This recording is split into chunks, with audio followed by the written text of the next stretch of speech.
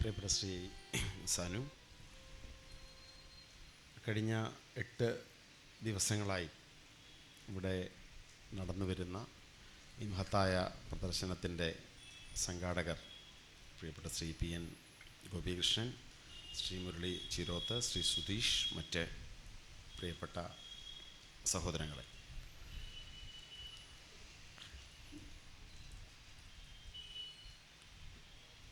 ലളിതകലാ അക്കാദമിയുടെ ഹാളിൽ കുറച്ചു മുമ്പ് ശ്രീ ഗോപികൃഷ്ണനോടും സഹപ്രവർത്തകരോടുമൊപ്പം അകത്ത് കയറി വിവിധ ചിത്രങ്ങൾ കണ്ട് ഓരോ സന്ദർഭങ്ങൾ അദ്ദേഹം വിശദീകരിച്ച് വന്നപ്പോൾ കേട്ടുകൊണ്ട് മുന്നോട്ട് പോയപ്പോൾ യഥാർത്ഥത്തിൽ എൻ്റെ മനസ്സിൽ പ്രത്യാശയാണ് ഉണ്ടായത്. നമ്മൾ കടന്നു പോകുന്ന ഒരു കാലത്തെക്കുറിച്ച് വലിയ ഭയാശങ്കകൾ മനസ്സിൽ നിറഞ്ഞു നിന്നപ്പോൾ അവിടെ കണ്ട ചില ചിത്രങ്ങൾ വലിയ പ്രത്യാശ നൽകുന്നു എന്നതൊരു യാഥാർത്ഥ്യമാണ്. ഞാൻ അദ്ദേഹം എടുത്തൊരു മൺകൂനയുടെ ചിത്രം എൻ്റെ മനസ്സിൽ പതിഞ്ഞു. അപ്പോൾ എനിക്ക് എന്താണെന്ന് മനസ്സിലാകാതിരുന്നപ്പോൾ അദ്ദേഹം താക്കൂർ ഭായിയുടെ ഒരു പഴയ ചരിത്രം, എനിക്കൊന്നും ചരിത്ര പുസ്തകങ്ങളിലെങ്ങും രേഖപ്പെടുത്തിയിട്ടില്ലാത്ത ഒന്നാണ്, നവഖാലിയിലെ താക്കൂർ ഭായിയുടെ ജീവിതം അദ്ദേഹം എന്നോട് വിവരിക്കുകയുണ്ടായി. സത്യനാരായണ അല്ലേ, വിശാഖപട്ടണത്തെ ഒരു സാമൂഹ്യ പ്രവർത്തകനായ സത്യനാരായണ നവഖാലിയിലൂടെ മഹാത്മജി കലാപത്തിൻ്റെ വഴികളിലൂടെ നടന്നു പോയപ്പോൾ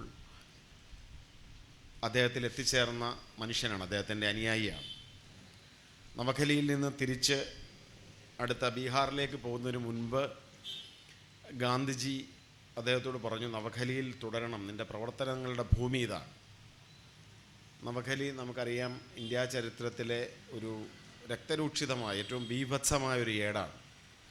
ആയിരക്കണക്കിന് മനുഷ്യരെ കൊന്ന് ക്രൂരമായി ആക്രമിച്ച് മനുഷ്യർ മൃഗങ്ങളെപ്പോലെ പരസ്പരം കൊന്നൊടുക്കിയൊരു പ്രദേശമാണ്. മതസ്പർദ്ധ ഏറ്റവും ഭീകരമായി നിന്ന സ്ഥലമാണ്. അവിടെയാണ് സത്യനാരായണയോട്, താക്കൂർ ഭായിയോട് തുടരാൻ ഗാന്ധിജി ആവശ്യപ്പെടുന്നത്. വിഭജനത്തിന് ശേഷം അത് കിഴക്കൻ പാകിസ്ഥാനിലായി, പിന്നീട് ബംഗ്ലാദേശും. വിഭജനത്തിന് ശേഷം ആ പ്രദേശം പാകിസ്ഥാനാണ്, പാകിസ്ഥാൻ സർക്കാരാണ് ഭരിച്ചത്. ഗാന്ധിജിയുടെ ഒരു ശിഷ്യൻ അവിടെ തുടരുമ്പോൾ തീർച്ചയായും അദ്ദേഹത്തെ ഇന്ത്യയിലേക്ക് തിരികെ വിടുക എന്നത് അന്നത്തെ സർക്കാർ ചെയ്യുന്ന ഏറ്റവും സ്വാഭാവികമായ നടപടിയാണ്. പലതവണ ശ്രമിച്ചിട്ടും താക്കൂർ ഭായ് സത്യനാരായണ അവിടെ നിന്ന് വിട്ടുപോകുവാൻ തയ്യാറായില്ല. പിന്നീടത് ബംഗ്ലാദേശായി. അദ്ദേഹം അവിടെ വെച്ചാണ് അദ്ദേഹത്തിൻ്റെ അന്ത്യനിശ്വാസം, അദ്ദേഹം അവിടെ വെച്ചാണ് മരിച്ചത്. ശ്രീ ഗോപികൃഷ്ണൻ എന്നോട് വിശദീകരിച്ചു, അദ്ദേഹം മരണസമയത്ത് അദ്ദേഹം പറഞ്ഞിരുന്ന ഒരു ആവശ്യം, യാതൊരു സ്മാരകങ്ങളും അവിടെ ഉണ്ടാവരുത്, എന്നെ പച്ച മണ്ണിൽ കുഴിച്ചിടണം എന്നാണ് ആവശ്യപ്പെട്ടത് എന്നാണ്. അദ്ദേഹം അവിടെ മരിച്ചു, അവിടെ അദ്ദേഹത്തെ സംസ്കരിച്ചു. ഈ സമീപ കാലഘട്ടങ്ങളിൽ ഇതിൻ്റെ സംഘാടകർ അവിടെ ചെല്ലുമ്പോഴും 3 അടുക്കുകളായി അടുക്കപ്പെട്ടിരിക്കുന്ന മൺകൂനകൾ അദ്ദേഹത്തെ അടക്കിയ സ്ഥലത്ത് കാണാൻ സാധിച്ചു എന്ന് പറഞ്ഞാൽ അദ്ദേഹത്തിൻ്റെ സ്മാരകം അതാണ്, അവിടെ പൊക്കി വയ്ക്കപ്പെട്ട മൺകൂനകൾ. മഴ വരും, അല്ലെങ്കിൽ പ്രകൃതിക്ഷോഭം വരും, ഈ മൺകൂന ഒലിച്ചു പോകും. അപ്പോഴും അവിടെ അവശേഷിക്കുന്ന മനുഷ്യർ ഈ മൺകൂനെ അവിടെ വീണ്ടും സൃഷ്ടിക്കും. ഞാൻ അദ്ദേഹത്തോട് ചോദിച്ചു, ഇപ്പോഴും ഉണ്ടോ? വിഭജനത്തിൻ്റെ ഈ 8 പതിറ്റാണ്ടിനടുക്കുന്ന വേളയിൽ ഇപ്പോഴും ഈ മൺകൂന മനുഷ്യരവിടെ എടുത്തു വെക്കുന്നുണ്ടോ? സമീപകാലത്തെ ബംഗ്ലാദേശിനെ കുറിച്ചുള്ള വാർത്തകൾ നമുക്ക് കേൾക്കാൻ സാധിക്കുന്നത് തീവ്രമായ മതസ്പർദ്ധ നിലനിൽക്കുന്ന സ്ഥലമെന്നാണ്. അവിടെ ഹിന്ദു ജനസംഖ്യയെക്കുറിച്ച് പറഞ്ഞത് 2%-അടുത്താണെന്നാണ്. അപ്പോൾ 2% മാത്രം ഹിന്ദു ജനസംഖ്യ ഉള്ളൊരു പ്രദേശം, വിഭജനത്തിന് മുമ്പ് തന്നെ തീവ്രമായ വർഗീയ കലാപങ്ങൾ നടന്ന സ്ഥലം, വിഭജനം കഴിഞ്ഞ് 8 പതിറ്റാണ്ടായി പോകുന്നു. ഇന്നും അവിടുത്തെ മനുഷ്യർ അവിടെ ജീവിച്ചു മരിച്ച ഒരു മനുഷ്യനെ ഓർക്കുന്നുണ്ടോ എന്ന് ചോദ്യത്തിന് ഓർക്കുന്നു. ഇപ്പോഴും അവിടുത്തെ മനുഷ്യർ അവിടെ മണൽക്കൂനകൾ അവിടെ സൃഷ്ടിക്കുന്നു എന്നാണ് എന്നോട് അദ്ദേഹം മറുപടി നൽകിയത്. അതോടൊപ്പം ഒരു കാര്യം കൂടി പറഞ്ഞു, ബംഗ്ലാദേശിൽ തീവ്രമായ വർഗീയ കലഹങ്ങൾ നടക്കുന്ന, ലഹളകൾ നടക്കുന്ന ഈ വേളയിൽ, ഇപ്പോൾ സമീപകാലത്ത് ഷേഖ് ഹസീന ഗവൺമെൻറ് മാറി അവിടെ യൂനിസിൻ്റെ ഗവൺമെൻറ് ഇപ്പോൾ നിലവിലിരിക്കുമ്പോൾ, ജമാഅത്തെ ഇസ്ലാമി അന്നത്തെ അവിടുത്തെ മത സംഘടനകളുടെ ഗവൺമെൻറ് നിലനിൽക്കുമ്പോഴും നവഖലിയിൽ സമാധാനം നിലനിൽക്കുന്നു. പതിറ്റാണ്ടുകൾക്ക് മുമ്പ് മഹാത്മാ നടന്ന ആ പാതയിൽ അതിൻ്റെ പ്രസരണം, അതുണ്ടാക്കിയ പ്രഭവം നവഖലിയിൽ നിൽക്കുന്നു എന്ന് കേട്ടപ്പോൾ യഥാർത്ഥത്തിൽ മനസ്സിലൊരു വലിയ ആശ്വാസമാണ് ഉണ്ടായത്. നമ്മുടെ ഈ കെട്ടകാലത്ത് ആ മണൽക്കൂനകൾ, ആ മൺകൂനകൾ അവിടെ സത്യനാരായണയുടെ മൃതശരീരത്തിൻ്റെ അവശിഷ്ടങ്ങൾ പേറുന്ന മണ്ണിൽ ഇന്നും മണൽക്കൂനകൾ സൃഷ്ടിക്കുന്ന മനുഷ്യരുണ്ടെന്നുണ്ടെങ്കിൽ ഇന്ത്യ ഈ കാലത്തിൽ നിന്നും മോചനം നേടുമെന്ന കാര്യത്തിൽ എനിക്ക് സംശയമില്ല എന്നുള്ളതാണ് എൻ്റെ മനസ്സിലൂടെ കടന്നുപോയ ഏറ്റവും ആശ്വാസത്തിൻ്റെ കിരണങ്ങൾ. കാരണം മഹാത്മജി നവഖലിയിലൂടെ നടന്നുപോയ ആ കാലഘട്ടം വിഭജനത്തിൻ്റെ കാലഘട്ടമായിരുന്നു. ഡയറക്റ്റ് ആക്ഷൻ പ്രഖ്യാപിച്ച്, ജിന്ന ഡയറക്റ്റ് ആക്ഷൻ പ്രഖ്യാപിച്ച് അതിൻ്റെ ആദ്യത്തെ ബഹിർസ്ഫുരണങ്ങളുണ്ടായ നവഖലിയിലാണ്. നിരവധി മനുഷ്യരെ അവിടെ കൊന്നു. അതിൻ്റെ ഒരു ചരിത്രവും അവിടെ രേഖപ്പെടുത്തി. ഞാനത് വായിച്ചു. അവിടുത്തെ ബാർ അസോസിയേഷൻ പ്രസിഡൻറ്റിൻ്റെ ശിരസാണ് അവിടെ ഒരു മതതീവ്രവാദി ആവശ്യപ്പെട്ടത്. അങ്ങനെ ആയിരക്കണക്കിന് മനുഷ്യരെ കൊന്ന ഒരു സ്ഥലം, ചോര വീണ, പക കൊണ്ടും രോഷം കൊണ്ടും സങ്കടം കൊണ്ടും മനുഷ്യർ പരസ്പരം ഏറ്റുമുട്ടി, പരസ്പരം കടിച്ചു കീറിയും കുത്തിയും വെട്ടിയും മാനഭംഗപ്പെടുത്തിയും കൊന്ന പക ഏറ്റവും കൂടുതൽ അന്തരീക്ഷത്തിൽ പോലും രക്തവും ചോരയും കണ്ണീരും നിറഞ്ഞു നിന്ന ഒരു കാലഘട്ടത്തിലാണ് ഗാന്ധിജി അതുവഴി നടന്നുപോയത്. ഗാന്ധിജി നടന്നുപോയ വഴികളിൽ സ്നേഹത്തെ തിരികെ കൊണ്ടുവരാൻ സാധിച്ചു. അപ്പോൾ അത്ര തീവ്രമായ സ്പർദ്ധ നിലനിന്ന ആ കാലഘട്ടത്തിൽ ഗാന്ധിജി നടന്ന് മനുഷ്യരോട് സംസാരിച്ച് അവരെ ആശ്വസിപ്പിച്ച് അവരുടെ മനസ്സിൽ സ്നേഹത്തിൻ്റെയും സത്യത്തിൻ്റെയും സന്ദേശം കൊടുത്ത് അവരെ മനുഷ്യരാക്കി മാറ്റാൻ സാധിച്ചെങ്കിൽ തീർച്ചയായിട്ടും ഈ പുതിയ കാലഘട്ടത്തിലും നമുക്ക് നമ്മുടെ നാട്ടിൽ നടന്നുകൊണ്ടിരിക്കുന്ന പുതിയ വിഭജനത്തെ നമുക്ക് ചെറുക്കാൻ സാധിക്കുമെന്ന പ്രത്യാശ നമ്മുടെ എല്ലാ മനസ്സിലുണ്ട്. ഇപ്പോൾ നിലവിലുള്ളൊരു കാലഘട്ടത്തെക്കുറിച്ച് ഇപ്പോൾ ഗാന്ധിജി നടന്ന വഴികളാണ് നമ്മളിന്നിവിടെ സംസാരിക്കുന്നത്. എന്നോട് സംഘാടകർ വിളിച്ചപ്പോൾ തന്നെ പറഞ്ഞു, ഓഗസ്റ്റ് 15 ശേഷം 169 ദിവസങ്ങളെ മഹാത്മജി ജീവിച്ചിരുന്നുള്ളൂ. ഈ 169 ദിവസത്തെ യാത്രകളാണ് നമ്മളിവിടെ പ്രതിപാദ്യ വിഷയമാക്കിയിരിക്കുന്നത്. പക്ഷേ എങ്കിലും ഞാൻ ഹിന്ദു സ്വരാജിനെക്കുറിച്ച് ആലോചിച്ചു.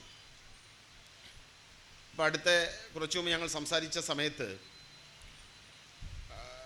എന്നോട് അരുൺ, അദ്ദേഹം പൊളിറ്റിക്കൽ സയൻസ് അധ്യാപകനാണ്, അപ്പോൾ പറഞ്ഞു, ഞങ്ങളകത്ത് നിന്ന് സംസാരിക്കുന്ന വേളയിൽ കുറച്ചു മുമ്പ് പറഞ്ഞു, പൊളിറ്റിക്കൽ സയൻസിൻ്റെ പോസ്റ്റ് ഗ്രാജുവേറ്റ് കോഴ്സുകളിൽ ഹിന്ദു സ്വരാജിനെക്കുറിച്ച് പഠിപ്പിക്കുന്നുണ്ട്. ഇപ്പോൾ കേരളത്തിലോ അല്ലെങ്കിൽ മറ്റ് ചില സംസ്ഥാനങ്ങളിലോ ചുരുക്കം ചില ഏതെങ്കിലും പ്രദേശങ്ങളിലല്ലാതെ ഇന്നിപ്പോൾ ഹിന്ദു സ്വരാജ് പഠിപ്പിക്കുന്നുണ്ടാവുമോ എന്നൊരു ചിന്ത അരുൺ പങ്കുവെക്കുകയുണ്ടായി. ഹിന്ദു സ്വരാജ് പെട്ടെന്ന് എൻ്റെ മനസ്സിലൂടെ കടന്നു വന്നപ്പോൾ, ഹിന്ദു സ്വരാജ് എങ്ങനെയാണ് എഴുതപ്പെട്ടത്? ഗാന്ധിജി 1909 ലണ്ടനിൽ അവിടെ ഇന്ത്യ ഹൗസിലാണ് അദ്ദേഹം അവിടെ ചെല്ലുന്നത്. അപ്പോൾ അവിടെ സവർക്കറുണ്ട്. ഇന്നലെ സവർക്കറെ നമ്മൾ കണ്ടു. ഇവിടുത്തെ MP ചുമതല വഹിക്കുന്ന പെട്രോളിയം വകുപ്പിൻ്റെ സ്വാതന്ത്ര്യദിന പരസ്യത്തിൽ ഗാന്ധിജിയേക്കാൾ ഒരു തലപ്പൊക്കത്തിൽ വെച്ചിരിക്കുന്നത് സവർക്കറെയാണ്. ഇന്ത്യ ഹൗസിൽ അവിടെ ചെല്ലുമ്പോൾ ഗാന്ധിജി കാണുന്നത് സവർക്കറെയും ശ്യാംജി കൃഷ്ണവർമ്മയും ഒക്കെയാണ്. അവരവിടെ തീവ്രമായ ഇന്ത്യൻ സ്വാതന്ത്ര്യത്തെക്കുറിച്ച് പ്രസംഗിക്കുകയാണ്. സ്വാതന്ത്ര്യത്തിൻ്റെ വഴികൾ തോക്കിൻകുഴലിലൂടെയാണ് അവർ സ്വപ്നം കണ്ടത്. അവരുടെ ആശയങ്ങൾ, അപ്പോൾ അതിനെയൊന്നും അന്ന് ചെറുക്കാൻ സാധിക്കുന്ന ഒരു മഹാത്മാ ആയിരുന്നില്ല അന്ന് ഗാന്ധിജി. അന്നത് അദ്ദേഹം മോഹൻദാസ് കരംചന്ദ് ഗാന്ധി മാത്രമാണ്, അല്ലാതെ മഹാത്മാ ആയിട്ടില്ല.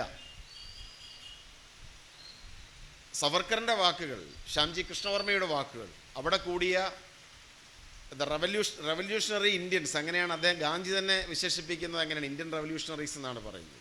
ഇന്ത്യൻ വിപ്ലവകാരികളെന്ന് വിശേഷിപ്പിക്കപ്പെട്ടിരുന്ന മനുഷ്യർ ഹിംസയെക്കുറിച്ചാണ് സംസാരിച്ചത്. അവർ ഇന്ത്യയെ ആയുധത്തിലൂടെ മോചിപ്പിച്ച് ഒരു പാശ്ചാത്യ നാഗരികതയുടെ, ഇന്ത്യക്കാർ ഭരിക്കുന്ന എന്നാൽ ആധുനികത എന്നവർ കരുതുന്ന എല്ലാത്തിൻ്റെയും ഒരു എംബോഡിമെൻ്റായ, എല്ലാത്തിൻ്റെയും ഒരു കേന്ദ്രീകൃത ഭാവമായ ഒരു പുതിയ ഇന്ത്യയെക്കുറിച്ചാണ് അവർ പറഞ്ഞതും അവർ വിഭാവനം ചെയ്തതും അത്തരമൊരു ഇന്ത്യയെക്കുറിച്ചാണ്. ലണ്ടനിൽ നിന്ന് ദക്ഷിണാഫ്രിക്കയിലേക്കുള്ള കപ്പൽ യാത്രക്കിടയിൽ മോഹൻദാസ് ഇടം കൈകൊണ്ടും വലം കൈകൊണ്ടും മാറി മാറി എഴുതിയത് പുതിയ ഇന്ത്യയെക്കുറിച്ചുള്ള അദ്ദേഹത്തിൻ്റെ ആശയമാണ്. ഹിന്ദു സ്വരാജാണ്, സ്വരാജ്യം എന്നാണ് അദ്ദേഹം എഴുതിയത്.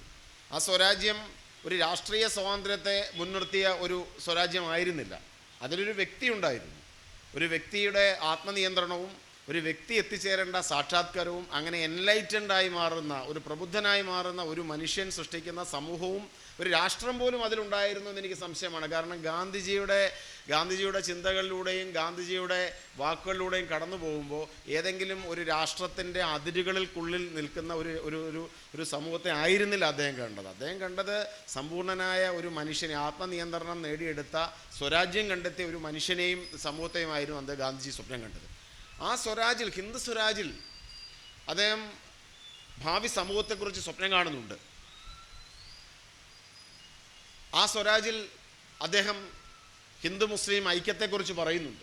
അന്നത്തെ കാലഘട്ടത്തിലും ഉണ്ടായിരുന്ന മതസ്പർദ്ധയുടെ കനലുകളെ എങ്ങനെ ഊതിക്കെടുത്തി മനുഷ്യനായി നിൽക്കാമെന്ന് അദ്ദേഹം പറയുന്നുണ്ട്. പാശ്ചാത്യ നാഗരികതയേക്കാൾ ഉയർന്നു നിൽക്കുന്ന ഇന്ത്യൻ ധാർമ്മിക മൂല്യത്തെക്കുറിച്ച് അദ്ദേഹം കൃത്യമായി പറയുന്നുണ്ട്. അവിടെ ഒരു താരതമ്യമല്ല, പാശ്ചാത്യ നാഗരികത മോശമായി അതിന് മുകളിൽ നിൽക്കുന്ന ഒന്നാണ് എന്ന തരത്തിലുള്ള താരതമ്യത്തിനപ്പുറത്ത് പാശ്ചാത്യ നാഗരികതയ്ക്ക് ചിന്തിക്കാൻ പോലും കഴിയാത്ത ഉയർന്ന ധാർമ്മിക മൂല്യമുള്ള ഇന്ത്യയെക്കുറിച്ചാണ് അദ്ദേഹം അവിടെ സംസാരിക്കുന്നത്. അപ്പോൾ ആ ഹിന്ദ് സ്വരാജ് എന്നത് ഗാന്ധിജിയുടെ ഭാവിയിലേക്കുള്ള നടത്തത്തിൻ്റെ, എനിക്ക് തോന്നുന്നു അതിനു മുമ്പ് അദ്ദേഹം നടന്നു തുടങ്ങിയിരുന്നെങ്കിലും അദ്ദേഹം നടക്കുമ്പോൾ അദ്ദേഹം കയ്യിൽ സൂക്ഷിക്കുന്ന പ്രകാശത്തിൻ്റെ ഒരു തരിയായിരുന്നു, അല്ലെങ്കിൽ പ്രകാശത്തിൻ്റെ വലിയൊരു സ്രോതസ്സായിരുന്നു അദ്ദേഹം അന്ന് എഴുതി വെച്ച ഹിന്ദ് സ്വരാജ്. സമീപകാലത്ത് നമുക്കറിയാം, അന്തരിച്ച പ്രഗത്ഭനായ UR അനന്തമൂർത്തി, അനന്തമൂർത്തി സാർ സംസാരിച്ചപ്പോൾ അദ്ദേഹത്തിൻ്റെ അവസാനത്തെ പുസ്തകം തന്നെ ഹിന്ദുത്വ വേഴ്സസ് ഹിന്ദ് സ്വരാജ് എന്ന് പറഞ്ഞാണ് അദ്ദേഹത്തിൻ്റെ പുസ്തകം. അദ്ദേഹം ഈ മോഡി ജീവിക്കുന്ന ഇന്ത്യയിൽ എനിക്കെങ്ങനെ ജീവിക്കാൻ സാധിക്കുമെന്ന് വിലപിച്ചുകൊണ്ടാണ് അദ്ദേഹം ഹിന്ദുത്വയെയും ഹിന്ദു സ്വരാജിനെയും അദ്ദേഹം താരതമ്യം ചെയ്യുന്നത്. ആ പുസ്തകത്തിൽ എങ്ങനെയാണ് ഇന്ന് ഈ രാജ്യത്തെ നിയന്ത്രിച്ചുകൊണ്ടിരിക്കുന്ന ഹിന്ദുത്വവാദികൾക്കെതിരെ ഹിന്ദ് സ്വരാജ് എങ്ങനെയാണ് വെളിച്ചമായി മാറുന്നത് എന്ന് അതിൽ അനന്തമൂർത്തി സാറ് വിശദീകരിക്കാൻ ശ്രമിച്ചിട്ടുണ്ട്. അപ്പോൾ നമ്മൾ ഗാന്ധിയുടെ യാത്രയിലേക്ക് ചെല്ലുമ്പോൾ ഗാന്ധിയുടെ യാത്രയെ അവസാനിപ്പിക്കാൻ ശ്രമിക്കുന്ന ആ ശക്തികളെ എത്രയോ വർഷങ്ങൾക്ക് മുമ്പ് അദ്ദേഹം കാണുന്നു. അദ്ദേഹം എഴുതി വെച്ച ഹിന്ദു സ്വരാജിൽ ഈ ഹിംസാവാദികളെ അദ്ദേഹം കൃത്യമായി കാണുന്നുണ്ട്. ഭാവി ഇന്ത്യയെ എങ്ങനെയാണ് അവർ മലീമസമാക്കാൻ പോകുന്നത് എന്നതിനെക്കുറിച്ച്, ചോര പുരട്ടാൻ പോകുന്നതിനെക്കുറിച്ചുള്ള കൃത്യമായ കാഴ്ചപ്പാട് നമുക്ക് കാണുവാനായി സാധിക്കും. പിന്നീട് അങ്ങോട്ടുള്ള അദ്ദേഹത്തിൻ്റെ യാത്രകളിൽ നമുക്ക് കാണാൻ സാധിക്കുന്നത് ഗാന്ധിയുടെ എത്രയെത്ര യാത്രകൾ. ഇവിടെ പ്രിയപ്പെട്ട സാനു സംസാരിച്ചപ്പോൾ ആമോ പ്രസംഗത്തിൽ സംസാരിച്ചത് ഗാന്ധിജിയെ സ്വച്ഛ് ഭാരതത്തിൻ്റെ ഒരു പ്രതീകമായി ആവിഷ്കരിക്കാനാണ് പുതിയ സർക്കാർ ശ്രമിക്കുന്നത് എന്നുള്ളതാണ് പറഞ്ഞത്. പക്ഷെ ഞാനതിനെ മറ്റൊരു തരത്തിലൂടെ കാണാൻ ആഗ്രഹിക്കുന്നു. യഥാർത്ഥത്തിൽ ഗാന്ധി ഒരു സ്കാവഞ്ചറാണ്. ഗാന്ധി മാലിന്യത്തിൻ്റെ വഴികളെ ശുദ്ധീകരിച്ച മനുഷ്യനാണ്. എല്ലാം ശുദ്ധീകരിക്കാൻ വേണ്ടി തന്നാൽ കഴിയുന്ന വണ്ണം നടന്ന വഴികളിലെ മാലിന്യത്തെ തൂത്തു മാറ്റിക്കൊണ്ട് പോയ ആളാണ്.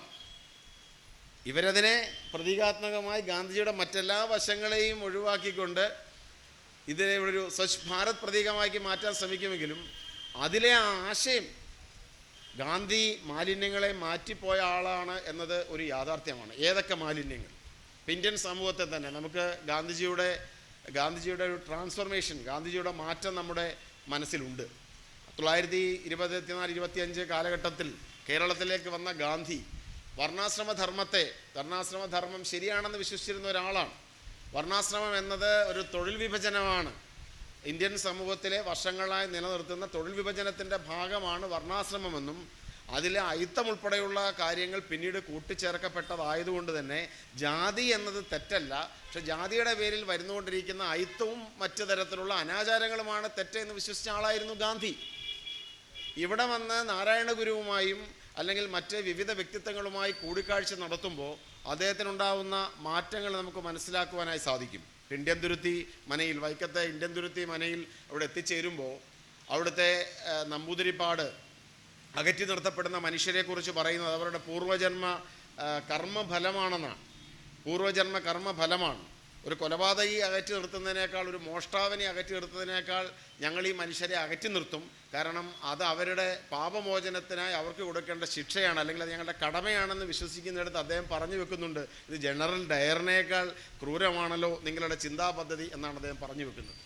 പിന്നീട് അംബേദ്കറുമായി നമുക്കറിയാം. ഗാന്ധിയെയും അംബേദ്കറെ കുറിച്ച് ചിന്തിക്കുമ്പോൾ അദ്ദേഹം നടന്നുപോയ വഴികളിൽ ഒരിക്കലും ഗാന്ധിയുടെ എതിരാളിയായി നമുക്ക് അംബേദ്കറിനെ കാണാൻ സാധിക്കില്ല. ഗാന്ധി നടന്നു പോയ വഴികളിൽ ഗാന്ധിയുടെ സഹയാത്രികനായിരുന്നു അംബേദ്കർ എന്ന് പറയുന്നതായിരിക്കും നമുക്ക് നല്ലത്. ഗാന്ധിജിക്ക് നടന്നുപോയ വഴികളിൽ വെളിച്ചം പകർത്തുന്ന സഹയാത്രികനായി തന്നെയാണ് നമ്മൾ അംബേദ്കറെ വിലയിരുത്തേണ്ടത്. അംബേദ്കറുമായി നടക്കുന്ന ചർച്ചകൾ, അംബേദ്കറിൻ്റെ വാദഗതികൾ നമുക്കറിയാം. പൂനെ പാക്റ്റുമായി ബന്ധപ്പെട്ട് സെപ്പറേറ്റ് ഇലക്ട്രേറ്റ്സ് വട്ടമേശ സമ്മേളനത്തിന് ശേഷം ഇന്ത്യയിലെത്തി അനിശ്ചിതകാലം മരണം വരെ നിരാഹാര സമരത്തിലിരിക്കുന്ന ഗാന്ധിയുടെ ജീവൻ രക്ഷിക്കാൻ വേണ്ടി തൻ്റെ മനസാക്ഷിയുടെ വിളിക്ക് വിരുദ്ധമായി ഗാന്ധിജിയുമായി ഒത്തുതീർപ്പിലെത്തിക്കാൻ വേണ്ടി ചർച്ച നടത്തുന്ന അംബേദ്കർ പറയുന്നത്, ഞാൻ അദ്ദേഹവുമായി സംസാരിക്കുമ്പോൾ എനിക്ക് മനസ്സിലാക്കാൻ സാധിക്കുന്നു എൻ്റെ ചിന്തകൾ തന്നെയാണ് അദ്ദേഹവും പേറുന്നത്. അദ്ദേഹത്തോടൊപ്പം നിൽക്കുന്ന അന്നത്തെ ദേശീയ പ്രസ്ഥാനത്തിൻ്റെ വിവിധ ആളുകൾ വെച്ച് പുലർത്തുമ്പോൾ എന്നോട് രൂക്ഷമായി പെരുമാറുമ്പോൾ എനിക്ക് വേണ്ടി ആശ്രയത്തിനായി വന്നെത്തുന്നത് ഗാന്ധിയാണ്. അദ്ദേഹം പ്രതിദാനം ചെയ്യുന്ന എൻ്റെ ആശയങ്ങൾ തന്നെയാണെന്ന് എനിക്ക് തോന്നുകയാണ്. അപ്പോൾ 1924-25 കാലഘട്ടങ്ങളിൽ വർണ്ണാശ്രമധർമ്മത്തെ ന്യായീകരിച്ചിരുന്ന, ജാതി ശരിയാണെന്ന് വിശ്വസിച്ചിരുന്ന, തൊഴിൽ വിഭജനമാണെന്ന് കരുതുന്ന ഗാന്ധി തൻ്റെ ജീവിതത്തിൻ്റെ അവസാന കാലഘട്ടങ്ങളിലേക്ക് എത്തിച്ചേരുമ്പോൾ 45-ലൊക്കെ എത്തിച്ചേരുമ്പോൾ പറയുന്നത് നോ കാസ്റ്റ് എന്നാണ് പറഞ്ഞത്. അദ്ദേഹം ഹരിജൻ ഇതിൽ എഴുതുന്നത് ജാതിയെ വേണ്ട എന്ന് വഴികയാണ്. അപ്പോൾ ആ നടക്കുന്ന യാത്രകൾ, നമുക്ക് കാണുന്ന യാത്ര, ഗാന്ധി എന്ന വ്യക്തിയുടെ തീർത്ഥയാത്രകൾ, അതോടൊപ്പം തന്നെ ഗാന്ധി എന്ന സാമൂഹ്യ പരിഷ്കർത്താവിൻ്റെ യാത്രകൾ, ഗാന്ധി എന്ന രാഷ്ട്രീയ നേതാവിൻ്റെ വിപ്ലവകാരിയുടെ യാത്രകൾ, ഇതെല്ലാം ഈ വഴിയിലുണ്ട്. ഗാന്ധി നടന്ന വഴികളിൽ ഇതെല്ലാം ഉണ്ട് എന്ന് നമ്മൾ കണ്ടുകൊണ്ടിരിക്കുകയാണ്. അങ്ങനെയാണ് നമ്മൾ ഈ ഇന്നത്തെ പ്രതിപാദ്യ വിഷയമാവുന്ന 169 ദിവസങ്ങളിലേക്ക്, സ്വാതന്ത്ര്യത്തിലേക്ക് എത്തുന്ന ആ 169 ദിവസം, ഗാന്ധി സ്വാതന്ത്ര്യത്തിന് ശേഷമുള്ള 169 ദിവസങ്ങളും ഇവിടെ ചിത്രീകരിക്കപ്പെട്ട 1946 നവംബർ മുതൽ നവഖലി മുതലുള്ള യാത്രകളുടെ കാര്യങ്ങളും നമ്മൾ ചിത്രീകരിക്കപ്പെടുന്നത്.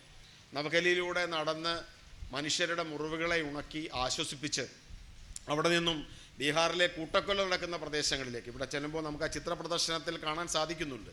അവിടെ കത്തിയെരിഞ്ഞ് നിൽക്കുന്ന പള്ളികൾ ഇപ്പോഴും ബീഹാറിലെ ആ കലാപത്തിൻ്റെ നിത്യസ്മാരകങ്ങളായി നിൽക്കുന്ന പ്രദേശങ്ങളാണ്. അവിടെ നിന്നും ഡൽഹിയിലേക്ക് ഗാന്ധി നടന്ന സ്ഥലങ്ങളാണ്. പിന്നീട് സ്വാതന്ത്ര്യത്തിൻ്റെ പുലരിയിൽ അദ്ദേഹം എത്തുന്നത് കൽക്കട്ടയിലാണ്. കൽക്കട്ടയിൽ അനിശ്ചിതകാല നിരാഹാര സമരമാണ് അദ്ദേഹം പ്രഖ്യാപിക്കുന്നത്. അവിടെ എത്തി ഹിന്ദു മഹാസഭയും അന്നത്തെ ലീഗിൻ്റെ സുഹ്രവർദിയെ പോലെയുള്ള ആളുകളും ഒരുമിച്ചിരുന്ന് ചർച്ചകളിലൂടെ ഗാന്ധിക്ക് വേണ്ടി സമാധാനത്തിൻ്റെ ഉടമ്പടിയിലെത്തുന്നത് നമ്മൾ കണ്ടു. അപ്പോൾ ഈ ഒരു ദിനങ്ങളിൽ അദ്ദേഹം നടന്ന വഴികളിൽ അദ്ദേഹം പകർന്ന സ്നേഹം, അദ്ദേഹം പകർന്ന ആശ്വാസം നമുക്ക് ദർശിക്കുവാൻ സാധിക്കും. ഗാന്ധി വധത്തിലേക്ക് എത്തുന്ന കാര്യങ്ങൾ, ഇപ്പം നാഥുറാം ഗോഡ്സെ അദ്ദേഹത്തിൻ്റെ സത്യവാങ്മൂലം, ഞാൻ കുറച്ച് നാളുകൾക്ക് മുമ്പ് എഴുത്തുകാരിയായ പ്രിയപ്പെട്ട സഹോദരി സുധാമേനോനുമായി സംസാരിച്ചപ്പോൾ ശ്രീ PN ഗോപികൃഷ്ണൻ സുധാമേനോനോട് പറഞ്ഞ ഒരു കാര്യം എന്നോട് പങ്കുവയ്ക്കുകയുണ്ടായി. ഡൽഹിയിലെ ഗാന്ധി വധക്കേസിലെ, ഗാന്ധി വധത്തിൻ്റെ വിചാരണ നടന്ന റെഡ് ഫോർട്ടിലെ ആ ഒരു മുറി, ജസ്റ്റിസ് ആത്മാചരൺ വിചാരണ നടത്തിയ റെഡ് ഫോർട്ടിലെ ആ ഒരു മുറി ഇന്ന് ഇല്ല, അടച്ചിടപ്പെട്ടിരിക്കുകയാണ്. അപ്പോൾ അവിടെ ചെന്ന് മഹാത്മാഗാന്ധി വധക്കേസിലെ വിചാരണ നടന്ന മുറി ഏത് എന്ന് ചോദിച്ചാൽ അവർ പറയും അവർക്കറിയില്ല. ഇവിടെ ഇങ്ങനെ ഒരു സംഭവം നടന്നെന്നും ഗാന്ധിജി കൊല ചെയ്യപ്പെട്ടെന്നും ഗാന്ധിയെ കൊന്നത് നാഥുറാം ഗോഡ്സെയാണെന്നും ഒക്കെ പുതിയ തലമുറ അറിഞ്ഞിരിക്കേണ്ട, ഇന്ത്യയെക്കുറിച്ച് അറിയേണ്ടവർ അറിഞ്ഞിരിക്കേണ്ട സ്ഥലത്ത് ചരിത്രപ്രസിദ്ധമായ ഒരു വിചാരണ നടന്ന മുറി ഇന്ന് ആർക്കും അറിയില്ല. അപ്പോൾ ആ വിചാരണ നടന്ന വേളയിൽ അവിടെ ഗോഡ്സെയുടെ ഒരു അഫിഡവിറ്റ് ഉണ്ട്, 100 പേജോളമുള്ള അഫിഡവിറ്റ്. പിന്നീട് അതിനെക്കുറിച്ച് പഠിച്ചിട്ടുള്ള ആളുകൾ പറയുന്നു ഒരിക്കലും ഗോഡ്സെ അത് എഴുതാൻ യാതൊരു സാധ്യതയുമില്ല എന്നാണ് അതിനെക്കുറിച്ച് പറയുന്നത്. ഗോഡ്സെ ഒരു പത്രാധിപരായിരുന്നു, നമ്മൾ ആ ഒരു വസ്തുത മറച്ചു വെക്കാൻ പാടില്ല. ഗോഡ്സെ ഹിന്ദുരാഷ്ട്രയുടെയും അതിനു മുമ്പ് മറ്റൊരു മറാത്തി പത്രത്തിൻ്റെയും പത്രാധിപരായിരുന്നു. അവിടെ നിൽക്കട്ടെ. ഈ 100 പേജുള്ള ഈ സത്യപ്രസ്താവന, ആ ഗോഡ്സെയുടെ ആ ഒരു പ്രസ്താവനയിൽ ഗോഡ്സെ യുക്തിഭദ്രമായി പറഞ്ഞു വെക്കാൻ ശ്രമിക്കുന്നത് ഗാന്ധിയോട് വ്യക്തിപരമായി യാതൊരു പ്രശ്നങ്ങളുമില്ല, ഗാന്ധിയോടുള്ളത് രാഷ്ട്രീയമായ എതിർപ്പാണ്. ഹിന്ദു സമൂഹത്തോട് ചെയ്ത പാതകങ്ങൾ കൊണ്ട് ഇന്ത്യയുടെ വിഭജനത്തിന് കാരണക്കാരനായതുകൊണ്ട് ഗാന്ധിയെ കൊല്ലേണ്ടി വന്നു എന്നുള്ളതാണ് ഗോഡ്സെ പറഞ്ഞു വെക്കുന്നത്. ഇപ്പോൾ പ്രദീപ് ദാൽവിയുടെ പിന്നീട് എഴുതിയ ഒരു നാടകം നമുക്കറിയാം, ഈ ഗാന്ധി കെ ഗോഡ്സെ അല്ലെങ്കിൽ നാഥുറാം ഗോഡ്സെ ബോൾത്തെ ഹെ എന്ന് പറഞ്ഞിരിക്കുന്ന നാടകങ്ങളുമൊക്കെയുണ്ട്. അപ്പോൾ ഈ സത്യപ്രസ്താവനയിൽ ആ അന്നത്തെ സത്യവാങ്മൂലത്തിൽ നാഥുറാം ഗോഡ്സെ പറഞ്ഞ കാര്യങ്ങളും പിന്നീട് ജയിൽ മോചിതനായതിനു ശേഷം ഗോഡ്സെയുടെ സഹോദരനായ ഗോപാൽ ഗോഡ്സെ എഴുതിയ പുസ്തകങ്ങളിലൂടെ വന്ന കാര്യങ്ങളും ഒക്കെയാണ് ഈ നാടകത്തിലുമൊക്കെ തന്നെ വിശേഷിപ്പിക്കപ്പെടുന്നത്. അപ്പോൾ അതിനവർ എടുത്തു പറയുന്ന ഒരു പ്രധാനപ്പെട്ട പോയിൻ്റ് ഇതാണ്: വിഭജനത്തിന് കാരണക്കാരനായതുകൊണ്ടാണ് ഗാന്ധിയെ കൊന്നുകളയേണ്ടി വന്നത്. വിഭജനത്തിന് കാരണക്കാരൻ ഗാന്ധിയാണോ? അല്ലെങ്കിൽ നാഥുറാം ഗോഡ്സെയെ ഉൾപ്പെടെയുള്ള ഹിന്ദു തീവ്രവാദികൾ ഗാന്ധിജിയെ കൊല ചെയ്തതിൻ്റെ പ്രധാനപ്പെട്ട കാരണം അദ്ദേഹം രാജ്യത്തിൻ്റെ വിഭജനത്തിലേക്ക് നയിച്ച വേളകളിൽ അദ്ദേഹം സ്വീകരിച്ച സമാധാനത്തിൻ്റെ മാർഗം മാത്രമാണോ ഗാന്ധിജിയുടെ വധത്തിലേക്ക് വഴിതെളിച്ചത്? നമുക്ക് ചരിത്രത്തിലേക്ക് തിരിഞ്ഞു നോക്കുമ്പോൾ നമുക്ക് തീർച്ചയായിട്ടും മനസ്സിലാക്കാൻ സാധിക്കും അത് മാത്രമല്ല കാരണം. അത് കേവലം ഒരു വാദഗതി മാത്രമാണ്. അത് കുറേയെങ്കിലും ആളുകളെ സ്വാധീനിക്കാൻ വേണ്ടി ചെയ്തിട്ടുള്ള ഒരു ആർഗ്യുമെൻ്റ് മാത്രമാണ്. ജസ്റ്റിസ് കപൂർ 1966 ഗാന്ധി വധവുമായി ബന്ധപ്പെട്ട അന്വേഷണത്തിൻ്റെ റിപ്പോർട്ട് സമർപ്പിക്കുമ്പോൾ ജസ്റ്റിസ് കപൂർ കമ്മിറ്റി റിപ്പോർട്ട് കൃത്യമായി പറയുന്നുണ്ട്, ഇതിൻ്റെ ഗൂഢാലോചനയ്ക്ക് കാരണക്കാരനായിരിക്കുന്നത്, കൃത്യമായി ഗൂഢാലോചന നടത്തിയിരിക്കുന്നത് ദാമോദര സവർക്കറാണെന്ന് കൃത്യമായി പറയുന്നു. ദാമോദര സവർക്കർ 1926 ഖിലാഫത്തുമായി ബന്ധപ്പെട്ട് അദ്ദേഹം എഴുതിയ ഒരു നാടകമുണ്ട്, ഒരു മറാത്തി നാടകമുണ്ട്.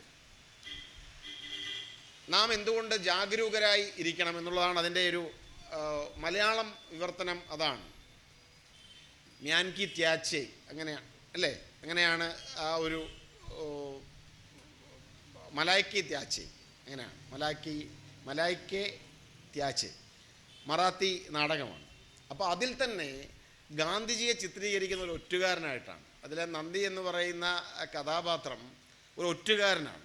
എന്നാണ് ചിന്തിക്കണം, 1926 വിഭജനത്തിനൊക്കെ വർഷങ്ങൾക്ക് മുമ്പ് പോർട്ട് ബ്ലെയറിലെ ജയിലിൽ നിന്നും മാപ്പ് പറഞ്ഞ് തിരികെ വന്ന് രത്നഗിരി ജയിലിൽ ബ്രിട്ടീഷ് ആനുകൂല്യത്തോടുകൂടി കഴിഞ്ഞുകൊണ്ടിരുന്ന രത്നഗിരിയിലെ തടവിൽ കഴിഞ്ഞുകൊണ്ടിരുന്ന സമയത്ത് തന്നെ ദാമോദര സവർക്കർ എഴുതിയ നാടകത്തിലെ വില്ലൻ കഥാപാത്രം ഗാന്ധിയാണ്. 1934 ഹരിജന യാത്രയുടെ ഭാഗമായി അംബേദ്കർ ഗാന്ധി സന്ധി സംഭാഷണത്തിന് ശേഷം ഈ നാട്ടിലെ ഹിന്ദു സമൂഹത്തെ ബാധിച്ചിരിക്കുന്ന എല്ലാ അനാചാരങ്ങൾക്കുമെതിരെ ഹരിജന സമൂഹത്തിൻ്റെ ഉദ്ധരണത്തിനായി ഗാന്ധിജി യാത്ര നടത്തുമ്പോൾ 34 അദ്ദേഹത്തിനെതിരെ വധശ്രമം ഉണ്ടായി. സനാതനികളുടെ വധശ്രമം അദ്ദേഹത്തിന് നേരെ ഉണ്ടായി. അദ്ദേഹം ജീവിതത്തിൽ 5 വധശ്രമങ്ങൾ നേരിട്ടു. 5 വധശ്രമങ്ങൾക്ക് ശേഷമാണ് ഗാന്ധി നാഥുറാമിൻ്റെ വെടിയുണ്ടകൾക്ക് ഇരയാകുന്നത്. അപ്പോൾ ഈ 5 വധശ്രമങ്ങളുടെ ചരിത്രം പരിശോധിച്ചാൽ നേരത്തെ പറഞ്ഞതുപോലെ ഗാന്ധിയെ കൊല്ലാനുള്ള ശ്രമം 26 നാടകം മുതൽ തന്നെ സവർക്കർ തുടങ്ങി.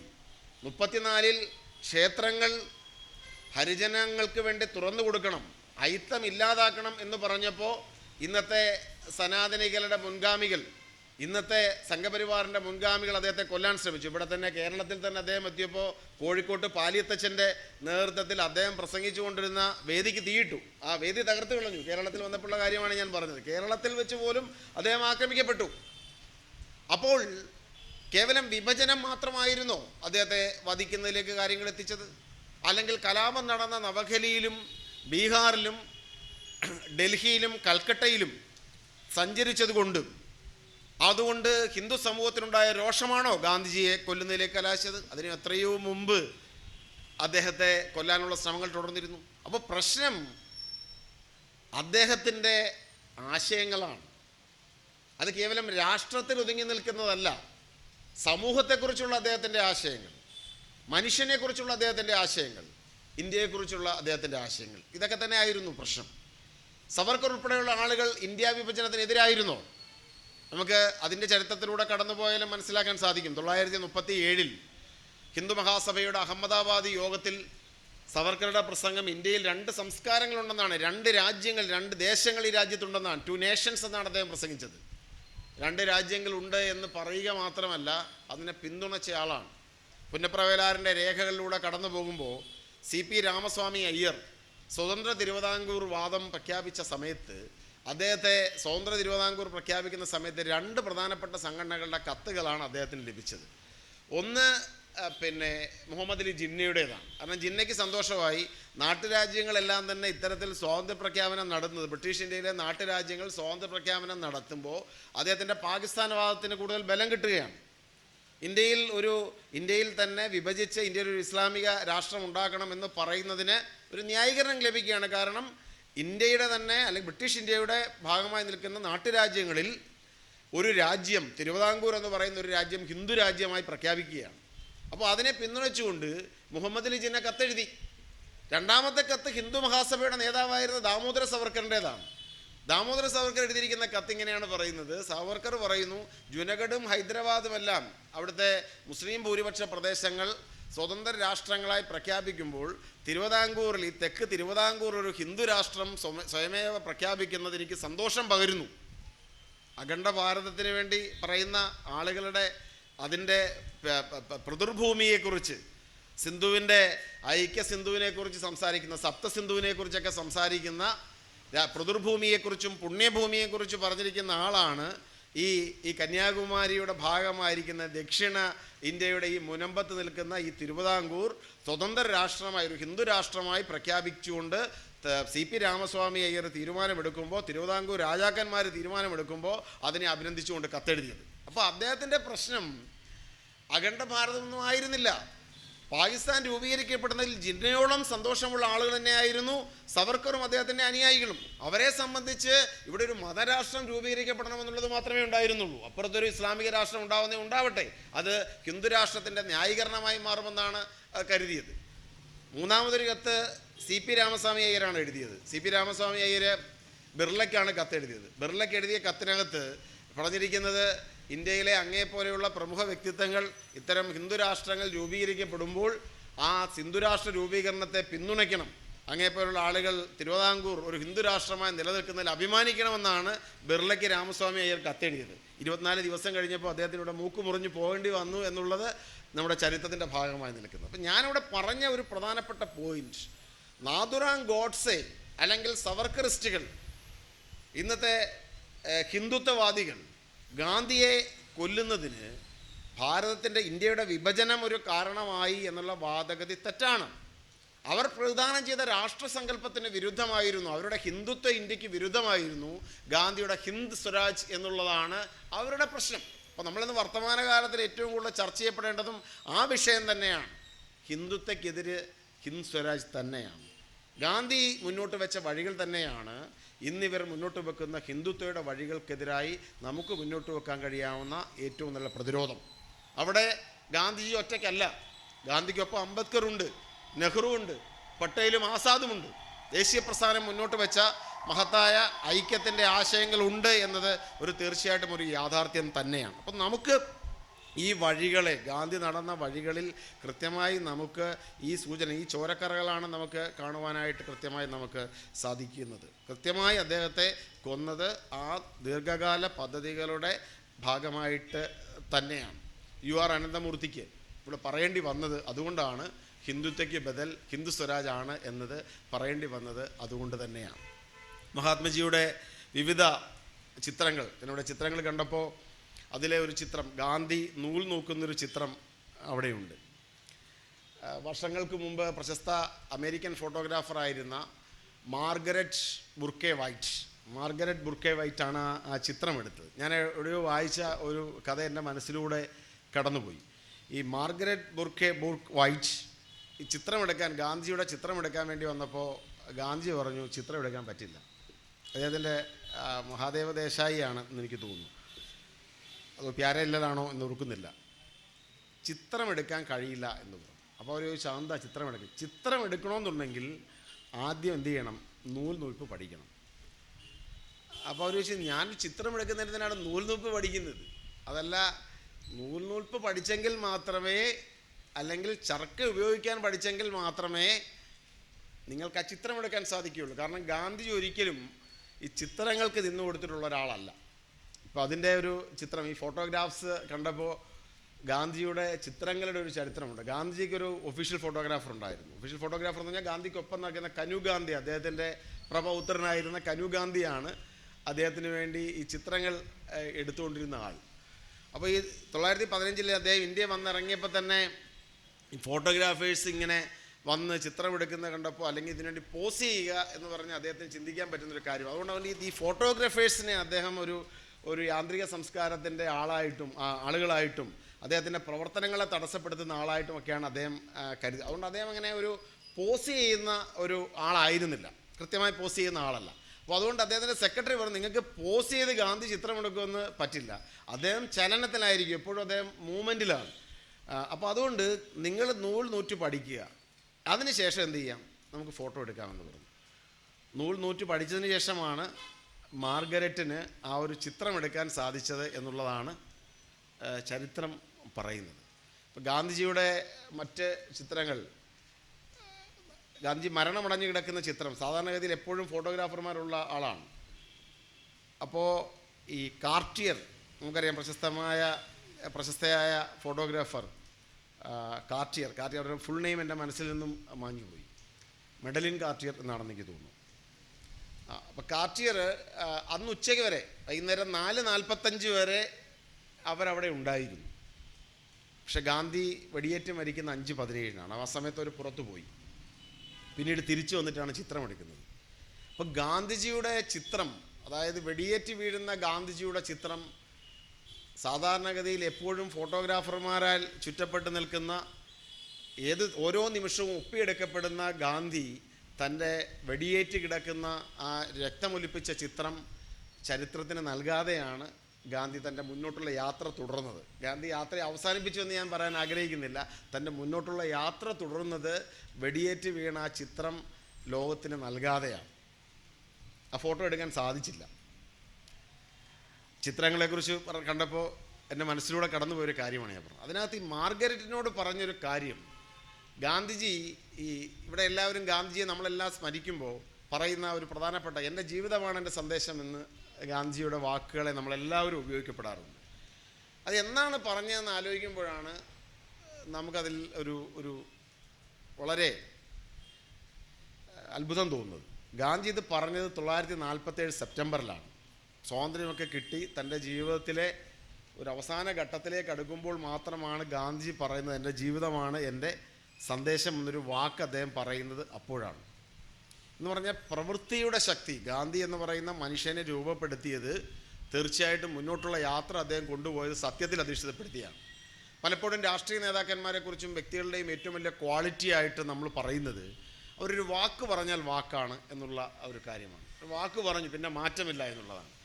ഗാന്ധിജി അദ്ദേഹത്തിൻ്റെ ഏറ്റവും വലിയ ഗുണമായി കണക്കാക്കുന്നതിൻ്റെ സ്ഥിരതയില്ലായ്മ എന്നുള്ളതാണ്. അദ്ദേഹം പറഞ്ഞത്, വസ്തുതകൾ മാറി മാറി വരുമ്പോൾ, എനിക്ക് പുതിയ വസ്തുതകൾ എൻ്റെ മനസ്സിലേക്ക് കടന്നു വരുമ്പോൾ ഞാൻ എൻ്റെ നിലപാട് മാറ്റും.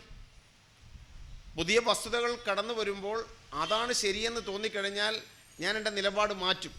എൻ്റെ അവസാനത്തെ നിലപാടാണ് സത്യം, അതാണ് എൻ്റെ അവസാനത്തെ ബോധ്യം എന്ന് അദ്ദേഹം പറയാറുണ്ട്. അപ്പോൾ ഈ നൂല് നോക്കുന്ന കാര്യം പറയുമ്പോഴും നമുക്ക് ആ ഒരു സത്യത്തോടുള്ള അടുപ്പ്, കാരണം ആ ഒരു ചിത്രം എടുക്കണമെന്നുണ്ടെങ്കിൽ ധാർമ്മികമായ കരുത്തുള്ള ഒരാൾക്ക് മാത്രമേ അത്തരമൊരു ചിത്രം എടുക്കാൻ കഴിയുകയുള്ളൂ എന്നൊരു ബോധ്യമാണ് നൂൽനൂക്കുന്ന ചിത്രം എടുക്കുന്നതിന് മുമ്പ് മാർഗരറ്റിന് നൂൽനൂപ്പ് പഠിക്കാനായിട്ട് ബോധ്യപ്പെടേണ്ടി വന്നത്, അല്ലെങ്കിൽ പഠിക്കേണ്ടി വന്നതിൻ്റെ ചരിത്രം അതാണ്. അപ്പം ഞാൻ പറഞ്ഞതിൻ്റെ ഒരു കൃത്യമായൊരു സൂചന ഇതാണ്. ഗാന്ധിജി നടന്ന വഴികളെക്കുറിച്ച് ചിന്തിക്കുമ്പോൾ ഗാന്ധിജിയുടെ യാത്ര ജീവിതത്തിൽ അദ്ദേഹം വളരെ മുമ്പേ ആരംഭിച്ചൊരു യാത്രയാണ്. അതൊരു പാതയിലൂടെ നടന്നൊരു യാത്രയല്ല, വ്യത്യസ്തമായ പാതകളിലൂടെ നടന്ന് അവിടെ ഒരു സ്കാവഞ്ചറായി പാതകളെ ശുദ്ധീകരിച്ച് നടന്നുപോയ ഒന്നാണ് ഗാന്ധിജിയുടെ യാത്ര. ആ ഗാന്ധിജിയുടെ യാത്രയിൽ അദ്ദേഹം ഏകനായിരുന്നില്ല. വ്യത്യസ്തരായ മനുഷ്യർ, ഗാന്ധിയെ രൂപപ്പെടുത്തിയ വ്യത്യസ്തരായ മനുഷ്യർ, അതിൽ കസ്തൂർബയുണ്ട്, അതിൽ നെഹ്റു ഉണ്ട്, അതിൽ അംബേദ്കർ ഉണ്ട്, അതിൽ നാരായണ ഗുരു ഉണ്ട്. വ്യത്യസ്തരായ നിരവധി മനുഷ്യരുണ്ട്. അതിൽ പേരുള്ളവരും പേരില്ലാത്തവരുമായ മനുഷ്യരുണ്ട്. അങ്ങനെയാണ് ഗാന്ധി മുന്നോട്ട് പോകുന്നത്. അപ്പോൾ ഒരു ചുവട് വെച്ച ഗാന്ധി അല്ല അടുത്ത ചുവട് വെച്ചത്, അങ്ങനെ മുന്നോട്ടുള്ളൊരു യാത്രയാണ്. നാഥുറാമും ഒരർത്ഥത്തിൽ ഗാന്ധിയെ രൂപപ്പെടുത്തിയ ഒരാളാണ്. നമ്മൾ ഇന്ന് ഇന്ത്യയെക്കുറിച്ച് വിലയിരുത്തുമ്പോൾ ഗോഡ്സെ പ്രതിദാനം ചെയ്യുന്നത് എന്താണെന്ന് നമ്മൾ മനസ്സിലാവുകയാണ്. ഗോഡ്സെ പ്രതിദാനം ചെയ്തത് നേരത്തെ നമ്മൾ പറഞ്ഞതുപോലെ ഒരു രാഷ്ട്ര സങ്കല്പത്തെയാണ് ഗോഡ്സെ പ്രതിദാനം ചെയ്തത്. അത് ഗോഡ്സെ കൊണ്ട് അവസാനിക്കുന്നില്ല, ഇന്നും അത് തുടർന്നുകൊണ്ടിരിക്കുകയാണ്. അതുകൊണ്ടാണ് ഞാൻ നേരത്തെ പറഞ്ഞത് ഗാന്ധി മരിച്ചിട്ടില്ല എന്ന് പറയുന്നതോടൊപ്പം തന്നെ ഗോഡ്സെയും മരിച്ചിട്ടില്ല. ആ ഗോഡ്സെമാരെയാണ് ഇന്നലത്തെ പരസ്യങ്ങളിലൊക്കെ നമ്മൾ കണ്ടത്. സവർക്കറെ അവർ പ്രതിഷ്ഠിക്കുകയാണ്, ഓരോ അർത്ഥത്തിലും പ്രതിഷ്ഠിക്കുകയാണ്. റെഡ് ഫോർട്ടിലെ വിചാരണ നടന്ന മുറികൾ അവർ ചരിത്രത്തിൽ നിന്ന് മായ്ച്ചു കളയാൻ ആഗ്രഹിക്കുന്നു. പാഠപുസ്തകങ്ങളിൽ ചോദ്യങ്ങളായി വരികയാണ്. ഗാന്ധി ആത്മഹത്യ ചെയ്തതിൻ്റെ കാരണം എന്താണ് എന്നത് ചോദ്യമായിട്ട് അവർ കൊണ്ടുവരാൻ ആഗ്രഹിക്കുകയാണ്. ഗാന്ധിയിലെ മ്യൂസിയങ്ങളിൽ ഗാന്ധി മരണമടഞ്ഞതിൻ്റെ കാരണങ്ങൾ അവർ മായ്ച്ചു കളഞ്ഞുകൊണ്ടിരിക്കുന്നു. പാർലമെൻറ്റിനുള്ളിൽ അവർ ഗോഡ്സെയെ സ്തുതിക്കുന്നു. ഇന്ത്യയിലെ ഓരോ ദിവസവും പുതുതായി പബ്ലിഷ് ചെയ്യപ്പെട്ടു കൊടുക്കുന്ന നിരവധി പുസ്തകങ്ങളിൽ ഗോഡ്സെയുടെ സത്യവാങ്മൂലങ്ങൾ വീരോചിതമായിട്ട് അവർ പ്രസിദ്ധീകരിച്ചുകൊണ്ടിരിക്കുന്നു. അപ്പോൾ ഈ പോരാട്ടം തുടരുകയാണ്, യാത്ര തുടരുകയാണ്. യാത്ര അവസാനിച്ചിട്ടില്ല. 1948 ജനുവരി 30 അവസാനിച്ചൊരു യാത്രയല്ല അത്. അപ്പം അതുകൊണ്ട് തന്നെ ഗാന്ധിജിയുടെ രാഷ്ട്രസങ്കല്പത്തെ, സ്നേഹത്തിൻ്റെയും സത്യത്തിൻ്റെയും അഹിംസയുടെയും രാഷ്ട്രസങ്കല്പത്തെ സംരക്ഷിക്കാനുള്ള ഉത്തരവാദിത്വം നമുക്ക് ഓരോരുത്തർക്കും ഉണ്ട്. ഇത്തരം പ്രദർശനങ്ങൾ പോലും ആ പോരാട്ടത്തിലെ ഒരു നിർണായകമായ ചുവടുവെപ്പായി ഞാൻ കണക്കാക്കുകയാണ്. ഇത് വരും തലമുറകൾക്ക് വേണ്ടി സംരക്ഷിക്കപ്പെടേണ്ട ഒന്നാണ്.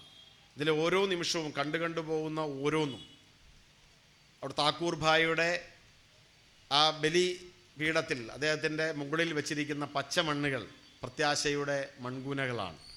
ഇന്നത്തെ കാലത്തെ തിരുത്തുവാൻ സാധിക്കുമെന്നുള്ള പ്രത്യാശയുടെ പച്ചത്തുരുത്തുകൾ. എല്ലാ ആശംസകളും അഭിവാദ്യങ്ങളും അർപ്പിക്കുന്നു.